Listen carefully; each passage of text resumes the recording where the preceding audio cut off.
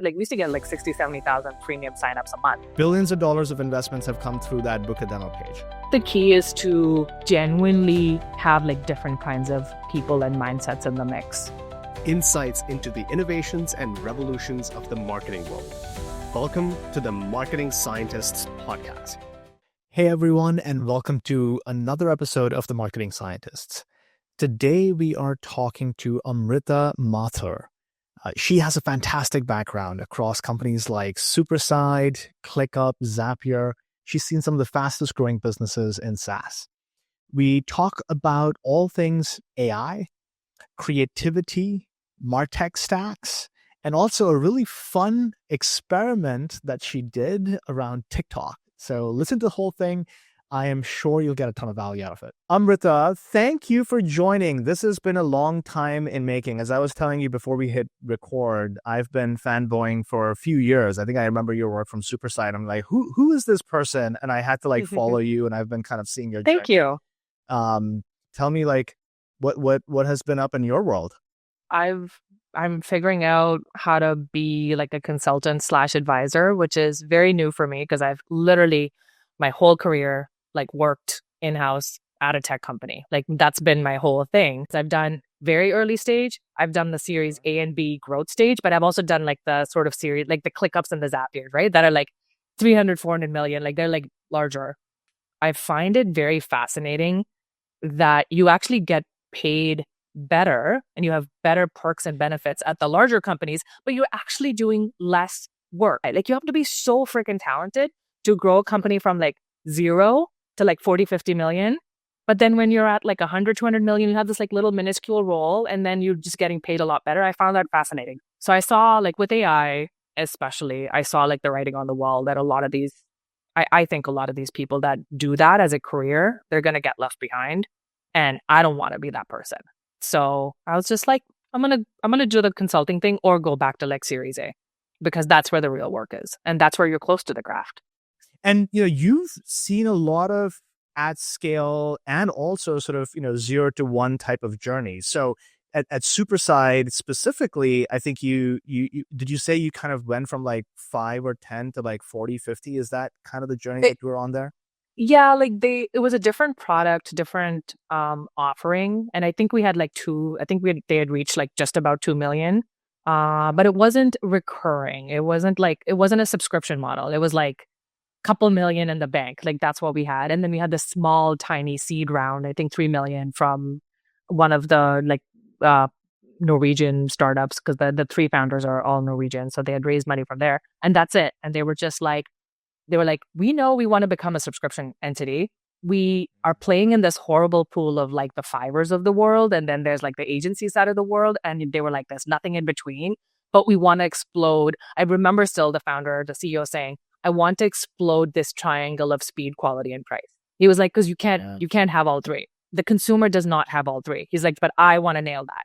So he was you want to help us build that? And I was yep. I mean, I have this problem myself. So I'm the ICP. So I can market to myself. I know that. And I can build a product for myself. So yeah, I joined. It was total, we had nothing. We really didn't really know what we were doing. But the coolest part about that, the marketing part was great. And we achieved, pretty good growth and scale and whatnot. But what was cool for me personally was I was in the driver's seat on the product side as well, which marketers actually don't have the ability to shape the product. Typically, we don't. We can influence it, but we typically can't really shape it. Whereas I think the coolest part about the experience was we were sort of how CPG companies do it. If you're the brand manager for vitamin water, you are kind of not only saying, yes, we're going to launch this in Brazil, but you're also saying we're going to launch with XYZ flavors because I know the Brazil market or whatever it is. That's the part that most marketing people at tech we don't have that. We don't have that ability. They're these siloed teams. And I could do that at Superside because I was so early. So that was cool. Okay, that is awesome. I'm going to pause you right there because I literally was having this conversation with a bunch of people on LinkedIn where when we talk about marketing, what we're really talking about is promotion, right? We're not talking about the other P's of the 4 P's, right? The product, the pricing, the placement, all that stuff. Mm-hmm. And so that's what you're referring to, which is super exciting. You got to shape the product. And I also agree with you that why are we marketers if we're not thinking about product and product strategy, not just thinking about it, but influencing the actual damn product? Like, how can we do marketing if we're also not doing products? I have a lot of thoughts on product and product management and marketing, Yeah. which are maybe a little too controversial. So I will keep it for another day. But one question I have for you in that journey, looking back at that journey, was there a myth or a misconception that you had when you were thinking about, or when you went through that journey that you were able to kind of bust that myth? Is there something that comes to mind that was like that? Yeah. I mean, there's like a couple, and maybe this is like, I think all of the stuff I'm going to say is pretty prevalent in almost all marketing roles. One is what we already talked about, which is it's a bit silly if you're early stage to be like, hey, here's the product. I've already made it. Go market it. So I think if founders could not do that and not silo your marketing team or leader or whatever, that would be super helpful. I think because it was kind of like done hand in hand, and because it was so collaborative, and because we all got on the same page around how we're going to test all these things, and let's just take a couple of chances.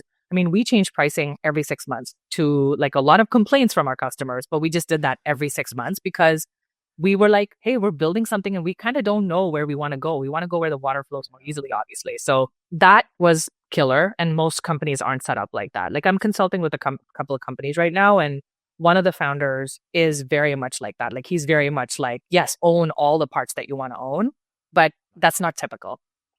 So that's one myth. The second one is, growth, this word growth has like effed us up in some ways. Okay. And maybe like there's like two related beefs I have with it. One is that kind of everything is growth. Like what is not growth? And yeah, I don't know what growth marketing even means. Like it just makes no sense. I think that the related piece of that is that I think many people, founders included, think that they can manufacture growth. That, I'm going to implement a set of tactics and I'm going to do this. I'm going to follow this, whatever, PLG playbook, and I'm going to build these viral loops or whatever the hell they've been fed. And now I'm going to manufacture this growth. And the true reality, the realization when push comes to shove is that actually growth is, I mean, maybe some tactics can, let's not manufacture, but it can harvest like the existing demand. But really like what it is kind of like the perfect storm of cultural relevance with amazing execution and tactics. You need amazing execution for sure. And like a little bit like that right place, right time. And that's what product market fit is ultimately. And without that, there's no growth that you can manufacture. There's no viral loop in the world that you can make that will give you this consistent growth.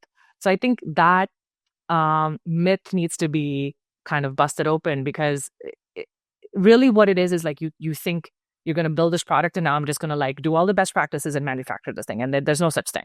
So that's the second realization. And the third related thing is that you need a lot of consistency, and like you kind of need to do the reps. It's like anything else. Like I'm doing strength training or whatever, and I want to lose whatever the fat in my arm. Like that's not going to happen overnight. Doesn't matter how much weight I lift, right? Like I have to do all the reps. I have to do 20 reps, like 50 times a day, whatever, right? Like that's the consistency.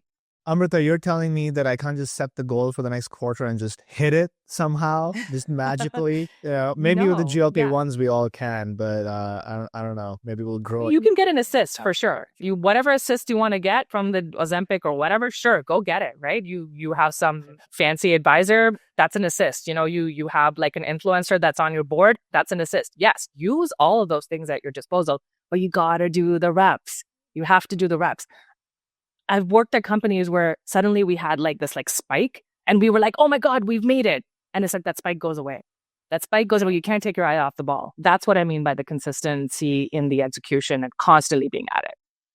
You know what's crazy is like, I'm in that boat, right? Where we've gone from 0 to 1 and now we're trying to go from 1 to 10, like very literally, and that paranoia, that same thing that you just said is like, yeah, Q4 was fantastic. Q1 has started out great.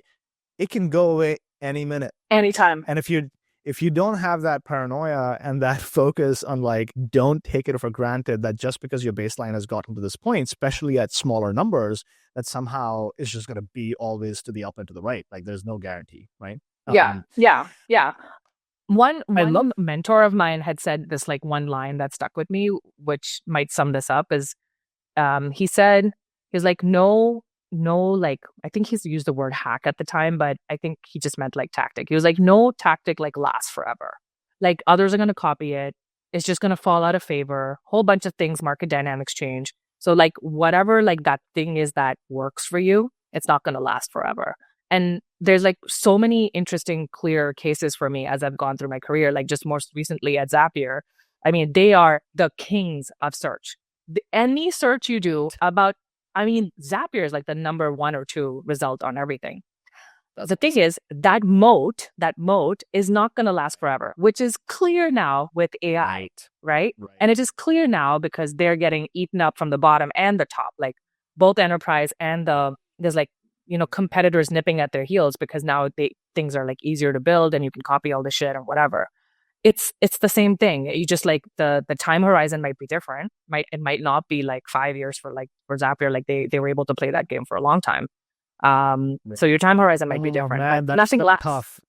Yes, this whole AI thing has been kind of nuts, right? That's also got me paranoid about like, hey, what could people do? So maybe you are in the space. You're obviously thinking about AI a lot. So I want to go on that tangent a little bit. If there are, and we'll keep it focused on SaaS and software, right? If you are a SaaS provider, how do you think about that question of, hey, we've got that existential threat or an existential opportunity?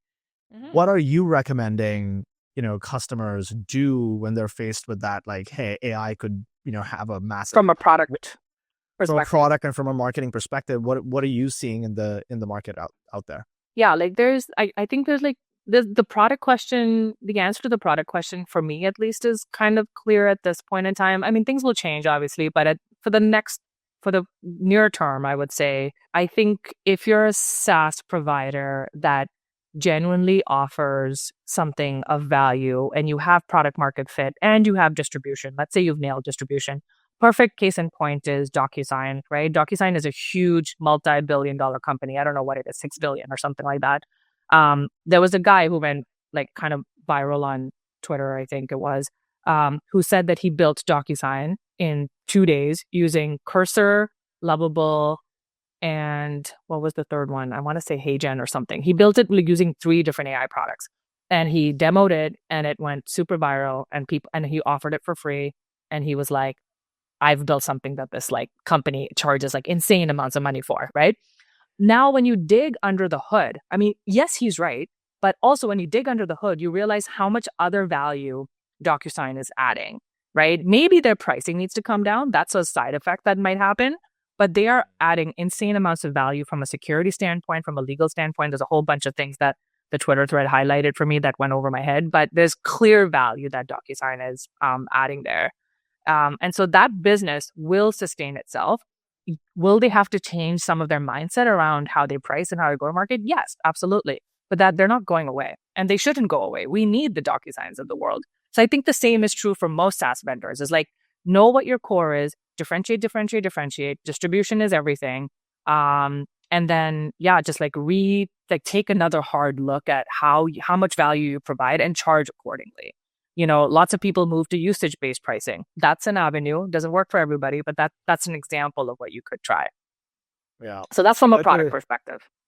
No, I like that. And I think your point is very valid that the pixels and the bits and the bytes, yes, very, easy to replicate, but everything beyond that, the level of service, the security, the enterprise-ness of a product, I think less easy to replicate. So that makes a ton of sense.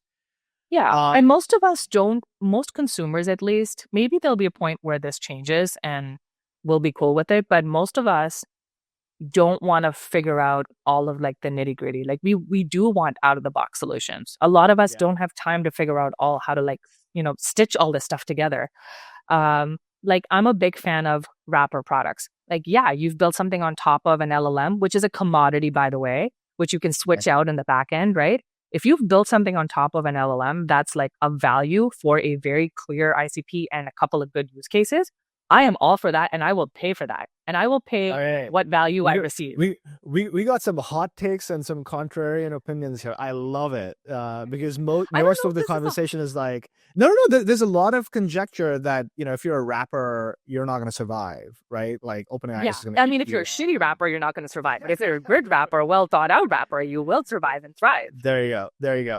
And I was listening to this podcast. I don't know if you listen to any e-commerce podcast. There's a podcast called Operators. It's 4 dudes, e-com, but like big brands like Hexclad and Ridge Wallet. And they just like 4 founders talking about all their e-commerce stuff. And they were talking about AI for a second. It's like, yeah, we're all safe.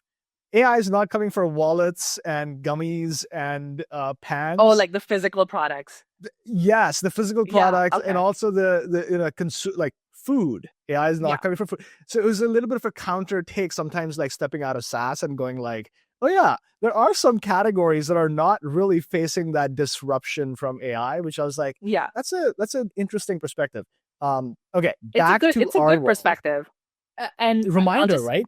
It's a great reminder, and it ties a bow on really like what we were chatting about earlier, which is there's going to be like almost like a reckoning for shitty products. Like if you're a useless product and somehow you made it because whatever, you had a prolific founder or whatever, there's a whole bunch of reasons why companies make it for a little bit at least. Yeah, those guys are going to get weeded out, which is a good thing, which is a very, very good thing. I hope to see that horrible MarTech stack like shrink down to the most obvious best stuff, and then all the shitty stuff just goes away because we don't need that.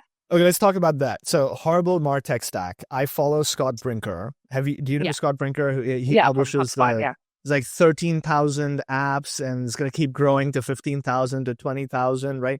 I have a feeling that stack is going to, or at least the map is going to keep growing because everyone is capable of now creating a wrapper. And so I think it's going to get even more confusing and complicated, which is just, the entropy keeps increasing. So when you advise your customers, and I know do you work mostly with sort of early stage companies, or how would you define? Yeah, so far it's been mostly early stage. I mean, I've only been at it for like 3 months, not even. So it's all sort of seed and Series A so far. So if you're a seed or Series A company listening, reach out to Amrita. Okay, so now let's talk about the stack at this early stage. Your post product market fit, maybe you're starting to invest in marketing. What are you seeing right now? What would you recommend? Or even to me, like, okay, fun fact here, by the way, we have no cookies on our website. We have no analytics. We have no tracking. We don't do any signal-based stuff. We don't do nothing. It is literally a plain HTML website. We decided early on in our journey that we don't want to rely on the easy stuff. We want people to hit a button, book a demo, and that's signal whether shit's working or not. It's the best signal. It's the best signal, right? And that's worked like amazing for us, right? Like we don't chase after the short-term stuff. We've taken, we've got conviction that like if you put out the right messages, you're going to book a demo. And guess what? Public companies have come through that book a demo page. Pre-IPO companies have come through that book a demo page. Billions of dollars of investments have come through that book a demo page. Yeah. And I think we've reached a point where we're like, okay, now we need to maybe we can get a little bit more sophisticated. So we're starting from scratch. And I'm curious, what would you recommend? You've seen you've built it at Superside. You've seen it at ClickUp and Zapier. What would you recommend that we do to build our MarTech stuff? Well, I think you're already on the right path because you've figured out a really strong, call it top of funnel offer that pulls in your ICP. And you've shown demand because you have a wait list for this amazing course that you've built. Like the beauty of what you've built is that it is like extremely adjacent to what your product does and offers. So that's great. Duh. Like, of course, it can't be random. It has to be adjacent or like directly associated with that.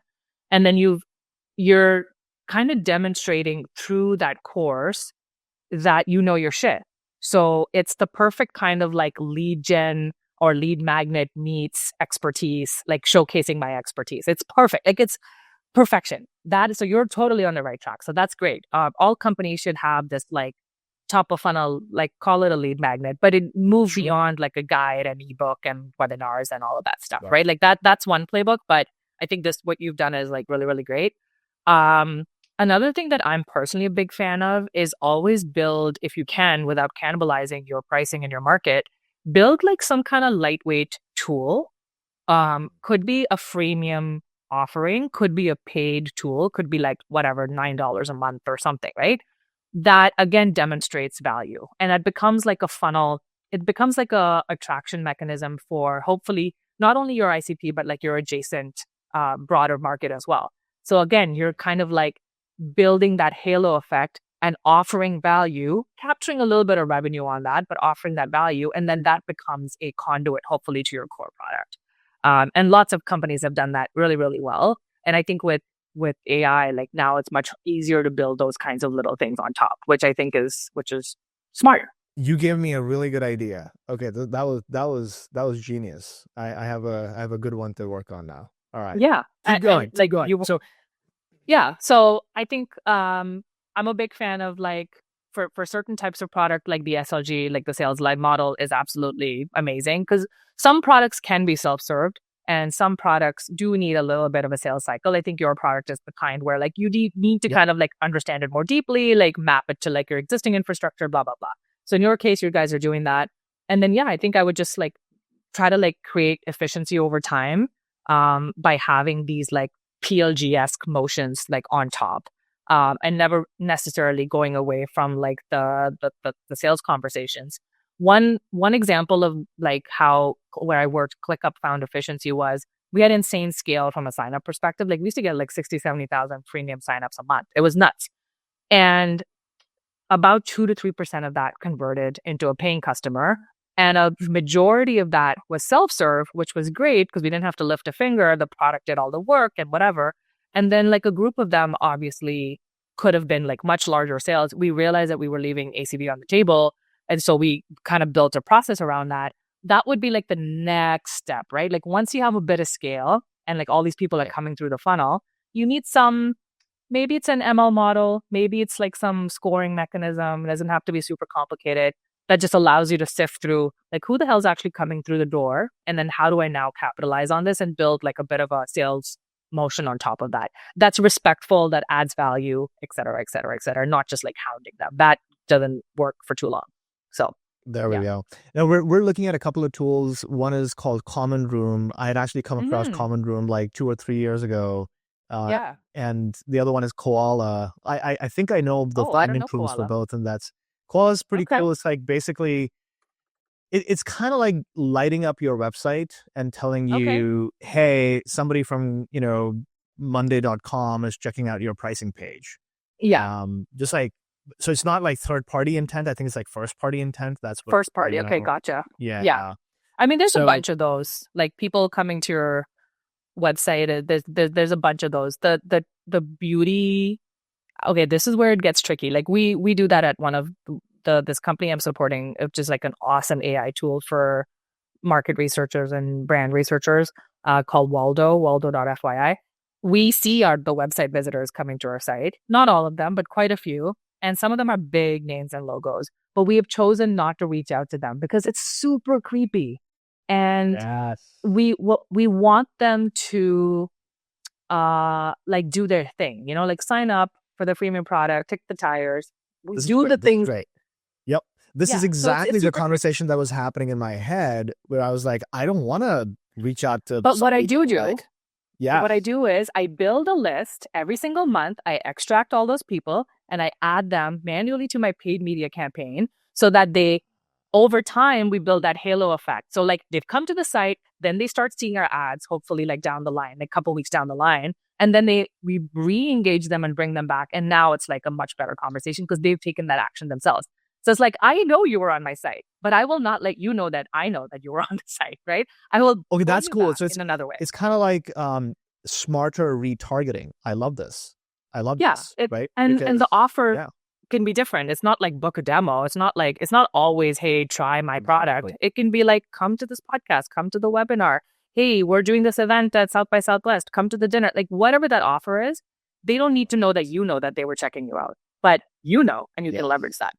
Yes. Love it. Okay. Note taken. This is what we're going to do. All right. So I want to talk about another thing. So Superside, ClickUp, Zapier, very competitive spaces. all three of them, right? All three of Lots them of actually, yeah. competition. And still, all three had amazing brands and amazing presence. Like if you ask anybody in the marketing community or generally sort of productivity community, Everybody knows they them. will know those brands. Yeah. What do you think others were getting wrong that they were not able to kind of like, what's the delta between an average company and a, top of mind brand company like one of these? Okay. Are you asking more about the top of mindedness of like the brand appeal of these companies? Is that mainly where you're... Yeah, totally. Right. Like if I think about it from my perspective, if I'm at that seed stage, Series A stage, and we want to become a ClickUp or a Zapier or a Superside, right? And obviously great product, great distribution. I get all of that, right? Those are the table stakes. Is there something that you saw or you observed those three companies do that was markedly different from what an average company is doing to stand out, that gets you to that next echelon? Yeah. Gotcha. Cool. Well, I think in the case of both Superside and ClickUp, at least, I wouldn't pull Zapier into this because they're kind of like I don't have a good word for it, but they're I don't mean it in a bad way, but they're like a bit of a legacy company in the sense they started so long ago. Like we have nostalgia, like they have brand appeal and nostalgia and whatever else going for them because they're like a 12-year-old company, 13-year-old company. In the case of Superset and ClickUp that are relatively new, the thing that's common between them, but I've also seen this with other successful companies, is that they really focus a lot on differentiation. Like that's like very, very, like it's a very important like aspect of how they think about themselves across everything, product, but also the distribution piece. ClickUp's main sort of differentiation was they said, we're going to offer a very robust freemium product. It's going to be damn good. We are going to offer so much value that you will never have to pay for ClickUp. And we're going to get mass appeal through that, right? That's one. The second differentiation piece from a product perspective was they were like, we're just going to have everything in one. Like we're going to have chat, we're going to have docs, we're going to just build all these features so that you become like ClickUp becomes like the operating system for you. And you don't need the Slacks and the project management tools and blah, blah, blah, blah, blah. And everybody in the company can use ClickUp. So there's like natural kind of expansion momentum inside the company because everybody can get value from ClickUp. So they really focused a lot on that differentiation. And the CEO was extremely hardcore about messaging. Almost every email, not almost, I like literally know like 99% of our emails that went out to any user, he personally saw, even when we were 1,000 people.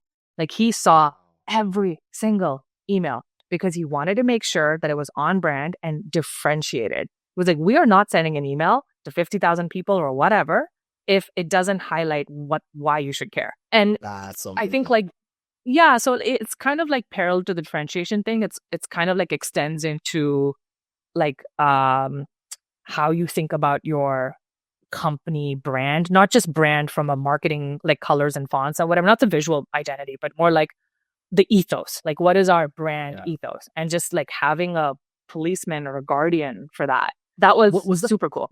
Was that annoying to you as a marketer, or was it like, no, this is our superpower? Oh, I thought that was super cool. Like when I joined and people were like, oh, wait, Zabier's going to be looking at every email. I was like, cool. I was like, awesome. Bring it on. I mean, that's the CEO who's got, I mean, I don't know. I was like, that is awesome. Did it slow us down sometimes? Sure. Yeah. Did he nitpick stuff? Sure. Yeah. But I appreciate that. I got like that was like a thing that the company did to safeguard its position and build a moat, because anybody can send any emails. And there's like so many of us that have had access to these different lists and tools and segmentation. We had a lifecycle team, we had an acquisition team, we had a content marketing team.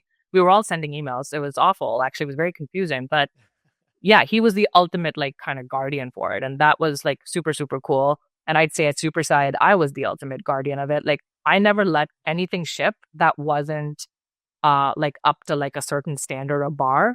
Because in a way, the way I justified it is not because like I'm being like annoying or anal or whatever, but more like the service that we offered and the product that we offered was kind of like this like creative, high quality product. So if we can't do that ourselves, how can we show that we're going to do it for our customers? So we were like, no, we're the ultimate showcase of our own abilities.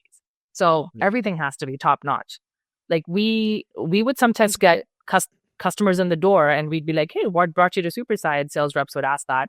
and they'd be like, oh my God, your ads for your own product are so good. Or I love that event that you ran that had like 2,000 Right. people and the chat was lit. Like, I want that.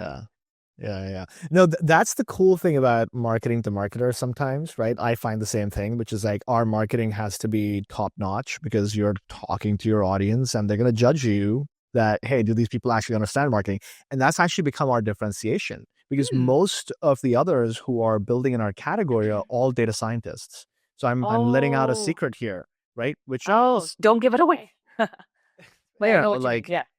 So everyone's building from this, like, using these very fancy buzzwordy, like all correct, right? Like I respect the data science out of them, but it's all built from a data scientist. Can you relate to your persona? Exactly.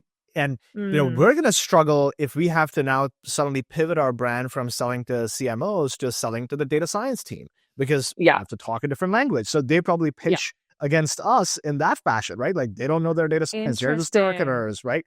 So it's like that balance is really interesting, and we're trying to like go with the CMO and CFO function because ultimately for us, the dysfunction that we solve is usually the communication gap between marketing and finance. It's like they're not talking the same language. We all makes need total sense. Right? It's like if we can help, like it's almost like one of our advisors reminded me when we were starting on this journey. It's like visualize this valley and you've got two peaks on the other sides. One peak is the CMO, the other is the CFO, and they're shouting at each other like they're saying all good things, but there's a valley in between in terms of communication. And if we can bridge that and like build that bridge and everyone's talking the same language, it's gonna be golden. And so like that's how we talk about it. So marketing to marketers is a lot of fun. From my and I like how you've chosen not just your like the ICP, like the company type and whatever, but you've chosen the personas that you're gonna like essentially like befriend and solve like real issues for them. That makes sense. You're right. Actually, all of the vendors attribution or adjacent have always been kind of like, they always talk to engineering or data science, sometimes RevOps, but not so much marketing. Exactly. Okay. I want to pivot a little bit as we bring this to a close, and I want to talk about creativity. There's, and specifically because of your time at Superside, what do you think are the best teams doing today in terms of fostering creativity that, again, you've seen good and the bad, right? Like what are the best teams doing in creativity versus what are average mediocre teams doing in creativity? And the reason I ask this is so much of this conversation, like people recognize the value of creativity and brand and storytelling and narrative, but I don't think we talk about the craft as much. And so what is the actual, here are the things that you should do to build a culture of creativity? What is that from your perspective? Oh, it's a big question. I think the answer changes from company type to company type because like the size of the company and the number of employees and how people's roles or like or swim lanes are kind of set up, like all of that kind of matters a lot. So I don't know if there's like there's no like one set of rules, I don't think. The only from my own personal experience, the thing that I've at least seen work is some companies, let's just start with like the founding team and the founding members of a team as a starting point. Everybody has, like in the early days especially, like often people are like-minded. That just tends to happen, and they might skew a little bit like, I don't know, more analytical or super logical, or they might skew like super right-brained or whatever. I think the key is to genuinely have like different kinds of people and mindsets in the mix. Right. A very simple example of that is, we've just kicked off like our performance marketing program at this company I'm consulting with. And like performance marketing is so like numbers and targeting and CAC and CPL, and it can mostly be that. But having done this multiple times now, where you actually get lift and where you actually get more reach and lower your CPL over time is through amazing creative, right? And if you don't over-index on creative and the refresh rate and just like obsessing with every like detail around that creative, like every word of copy, how it's placed, where it shows up, what the color is, how many variations of that I make. Like I obsess a lot over that. I'm not even a creative, but I know that that's the way to bring down CPL over time and expand our reach. If you don't over-index on that in the early days and it's all about targeting and CAC and blah, blah, blah, it's going to run a certain way. And you won't even know, like you're going to hit a plateau at some point and you're not even going to know what has happened, why it's happened, what the next step should be. So it's very important to have those kinds of people in the room and those kinds of people involved in the program. Like the guy who runs it is super analytical. And then I'm like the person who's like, here's like 50 examples of like, I have this like bank of creative, right? Like we like go through all of it. We like test whatever. We have a process around that. That's just like a small tactical example. But if you extrapolate that, the same thing applies to everything. Oh, I think that's massive, right? Like what you just laid out is often what I talk about with our customers, because customers come to us and say, hey, you're going to help us tell what's working, what's not working. I'm like, yes, we'll help you understand what's working, what's not working. But guess what? If you don't have the right creative people in the room, it doesn't mean shit. Because you can't change based on what you hear. You can't learn from that and then do something about it and then run experiments to figure out where the next level. Because sitting here and looking back at what happened in the past is useful, but not that useful. What you actually have to do is run experiments to find that new growth. And without creative, what are you optimizing? You're just like changing and fiddling things in ad platforms. Like the true creative is, and I love what you said about diversity, right? Which is like the people who don't all think the same way and bringing sort of new perspectives. Another question for you, how often were you doing sort of research when you were in sort of marketing leadership roles? And what did that look like? If you have any examples of, how you would inform what creative you should even work on, what strategies you should even work on. Yeah. I'd say like, again, depends on the type of company. I'll use an example of ClickUp. At ClickUp, we were like a pretty sizable, I guess, marketing team as a whole. But the way that we were structured was that we actually had sort of 3 different factions. We had a creative team, we had a performance marketing team that had the biggest part of our budget, but that was a separate team entirely. And then there was me, and I had like product marketing, demand gen, content, social, blah, blah, blah, blah, blah. So you could argue a lot of the creative pieces lived with me, but the execution might have happened elsewhere. Some of the execution might have happened elsewhere, but I at least saw the data come back. So our product marketing team did insane amounts of like research all the time. Some of it was like always on, but some of it was like very much like talking to analysts, mapping to trends, and then they would bring. It wasn't very organized. I mean, it could have been a lot better. I think if I was there longer, I would have put something in place. But they would bring that back almost on like a quarterly basis, I should say. And then that would inform a lot of our tactics. Like that would inform, hey, how are we pivoting all of our socials? Like, what are the main topics that we're going to cover now? How are we going to how do we tap into the cultural zeitgeist, right? Some of that we would see on our own, but some of it was like informed by the jobs to be done and all of the research that the product marketing team was doing and customer interviews and win-loss analysis and all of that external stuff as well. So they would like take all of that information and like marry it with like what was actually happening on the ground, which was cool. Like if, as an example, like one very good case study of that is, I mean, some of it happened by chance, but ClickUp's like TikTok in particular, but also Instagram and LinkedIn more recently. But TikTok was like a new endeavor for us. We said we were going to try to crack it. And we experimented hardcore, produced tons of content. And in the 3rd month, we surpassed like 5 million views.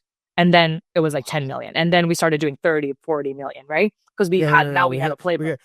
Now we got to talk about this. Hang on. So how did you even decide to go into TikTok? What was the this comes back to the differentiation thing. So again, because ClickUp's whole shtick is differentiation to some degree, we were like, where do we play that's not already saturated by our competitors? Because if you think about the pecking order of like the companies that do similar things, there was like Monday.com is like the behemoth in the space. They've nailed a couple of things, and we cannot compete. It's not possible to compete with them. We knew that.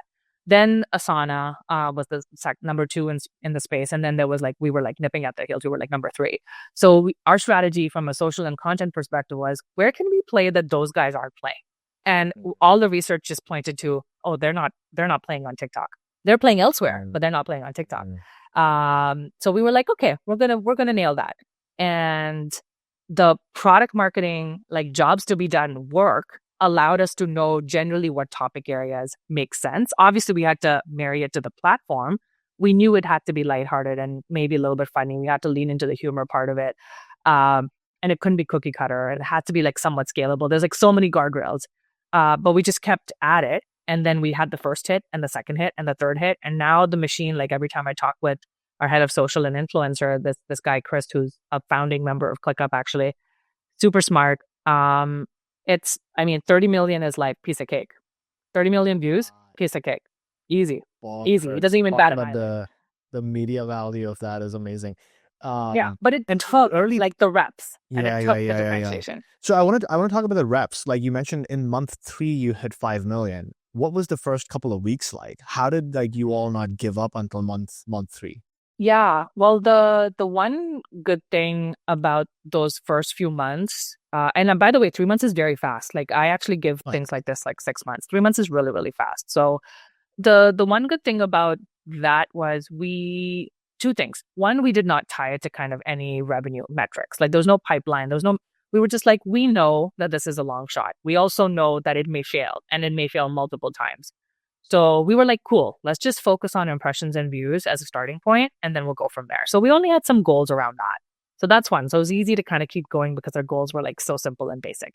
The second thing was, even though we weren't like in the millions, we were still getting like if you just scroll through the TikTok, we got like 6,000 views, 7,000 views on each video that we posted. That's pretty good for like nothing, like, we weren't like emailing it to anybody. Like it was just like organic on TikTok, right? And then we would take those same things, make a light edit or two, and then post it on LinkedIn. And actually we would get like leads out of it, like more direct leads. So we were like, this is a worthwhile effort because we're at least paying for the creator. Like we had found a creator who would like, I think at the time he was like $6,000 a month or $5,000 a month or whatever it was. And we were like, okay, we're recovering the 5,000. So we're good. We're good. Right. Like that's all it was. And then we just kind of kept at it.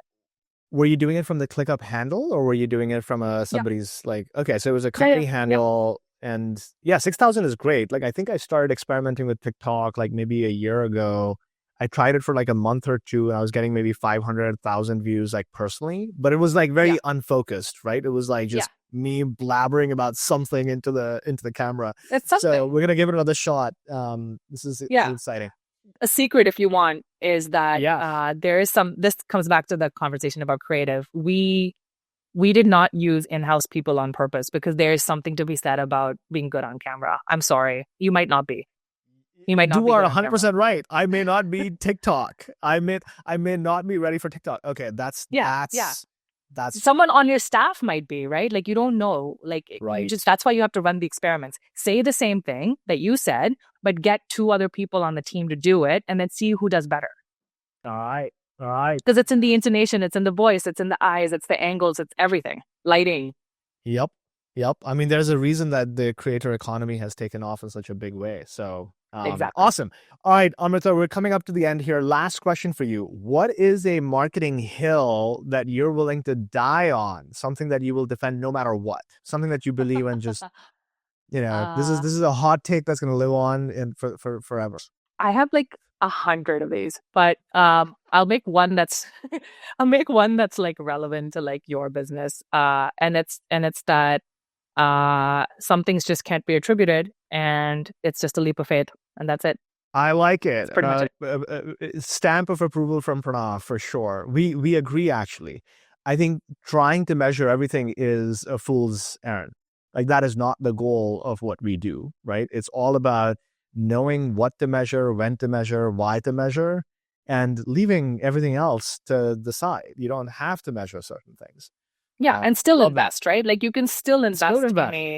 Like this TikTok example, we invested in a big way. We did get signals back, but did we close any deals from it? Like probably not. Maybe we did. I don't know. Like, but the reach that it's gotten us is crazy. And actually, I do know we did close a deal from it. I don't know if it's closed actually, but one fun story was that enterprise sales rep was chasing this prospect for a long time.